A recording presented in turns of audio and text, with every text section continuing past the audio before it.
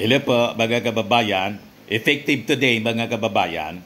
Gagawa po ako ng mga short videos tungkol sa mga short stories para maiba naman po. Hindi na politics, pero nandun pa rin yung ating mga discussion sa politika. Pero gawa po tayo ng mga short stories based on my personal experiences and my encounters in life. Gusto kong i-share sa inyo. Baka makatulong, lalo sa ating mga kabataan. Baka lang, hindi man ako sure. Di ba? Kasi, siyempre, iba-iba yung ating mga experiences. Tapos, yung level ng success. Kasi po, na-encourage ako. Sabi kasi nang nakasalubong ko the other day, Mr. Maravillas niya, inaanap ako kasi wala na ako sa radyo. Saan ka na niya ngayon? Sabi ko, nasa YouTube na ako. Ito na yung uso, ito na yung bago. Wala na ako sa mainstream. Sabi sa akin, asinsado ka na niya. Sabi ko, paano mo nasabi? Ako hindi ko man feel. Sa itsura mo niya. Kasi siguro noon, iba yung tingin nila sa akin noon. Ngayon siguro, baka tingin nila, umasinso na tayo. Ano niya, Mr. Maravillas, yung sikreto mo? Wala man ako, sabi ko, yung sikreto. Basta sabi ko, kailangan, ako kasi nag-retire na. Kaya sabi ko, hindi na ninyo ako naririnig sa radyo. Pero after retirement, hindi ako tumigil na magtrabaho. Sige lang ng sige. Di ba? Para tuloy ang buhay. Ano ba yan niya, yung sikreto mo? Sabi ko, i-share ko sa inyo. Ang sikreto ko, kung tingin mo sa aking sarili ay umasinso na, you have to mind your own business. Ano niya ibig sabihin mong you have to mind your own business? Yung wala tayong paki sa iba? Hindi po, sabi ko, mas malalim ang ibig sabihin ng mind your own business. It is literal. Other than yung you mind your own business, nang ibig sabihin natin sa ating ordinaryong understanding, huwag nangingialam sa business ng iba or sa buhay ng iba. Di ba yun ang ibig sabihin ng mind your own business niya? Yun din yung aking understanding. Pakialamiro ka niya. Pero mga kababayan, sa totoo lang, naintindihan ko ngayon na ako'y medyo tumanda na rin. Ang ibig palang sabihin ng mind your own business, other than huwag kang nangingialam sa buhay ng iba, ay if you don't have business, you establish your own business. Yun ang natutunan ko po sa buhay. You engage in business. Literal na ibig sabihin na you have to mind your own business. If you don't have business of your own, then establish one.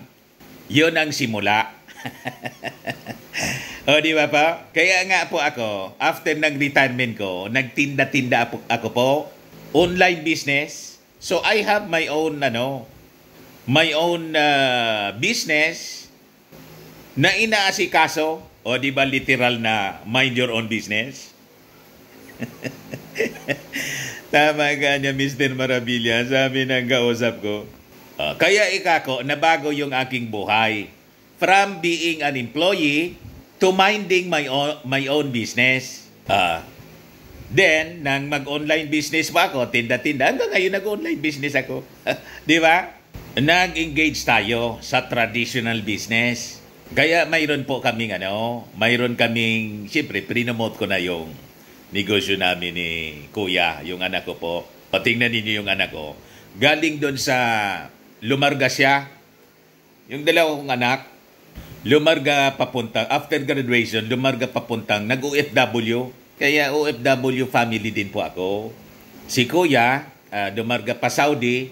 Tapos si Nono, yung arkitek kong anak, lumarga pa Saudi din po. Nagtrabaho yung aking panganay 4 years. Tapos yung aking kambal, yung arkitekto ko for 2 years. And this time, they are minding their own business. Mind your own business po yung nang umuwi sila rito, traditional business na po. Yung aming tawag dito, pampalakas. Gym, Colossal Fitness Gym. O, di ba? Ganun lang po. Gusto ninyong umasenso sa buhay, gumanda yung buhay, mabago, umangat kahit papano, kahit sa time ng retirement, or kahit hindi pa kayo nagre-retire siguro, nasa trabaho, yung spare time ninyo, you have to mind your own business. Establish your own business para may pullback kayo after you, you retire. Ganun po. Kasi naisip ko po mga kababayan, sabi ko, anong gagawin ko after ako mag-retire? Karamihan kasi po, ang nangyari, after retirement, nagpahinga na, pag ganyan po, mabilis yung pagtanda. Dapat, busy ka pa rin. So, yun po ang aking gustong i-share sa inyo, mga kababayan. So, ano yung importante? Gusto ninyong umangat yung buhay? Kasi ako, pakita niya Mr. Maravillas, umangat na ba yun? Kahit papano po, nabago.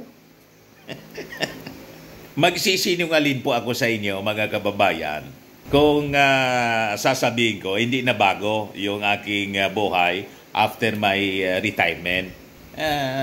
Medyo ayos. Di ba? Kaya yun ang gusto kong i-share po sa inyo. Lalo yung mga tulad ko na naging empleyado, matagal na nagtrabaho sa company, gawin ninyo pa rin productive ang inyong pag-retire. Tama pa? Mind your own business. Yan lang po ang ating short video. Abangan ninyo yung mga susunod pa natin na mga pag-uusapan para maiba naman. Hindi na po lahat politika. Ayos? Kung ito po ay